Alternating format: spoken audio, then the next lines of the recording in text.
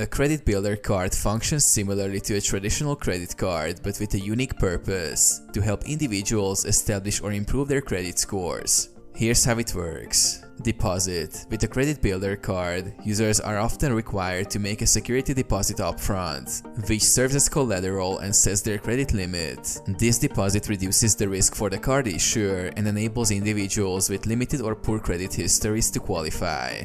Responsible usage. Once approved, cardholders can use their credit builder card to make purchases, just like any other credit card. It's crucial to use the card responsibly by making timely payments and keeping balances low to demonstrate creditworthiness. Payment reporting. The card issuer reports the cardholder's payment history to major credit bureaus such as Equifax, Experian, and TransUnion on a monthly basis. Consistent, on-time payments can positively impact the cardholder's credit score over time.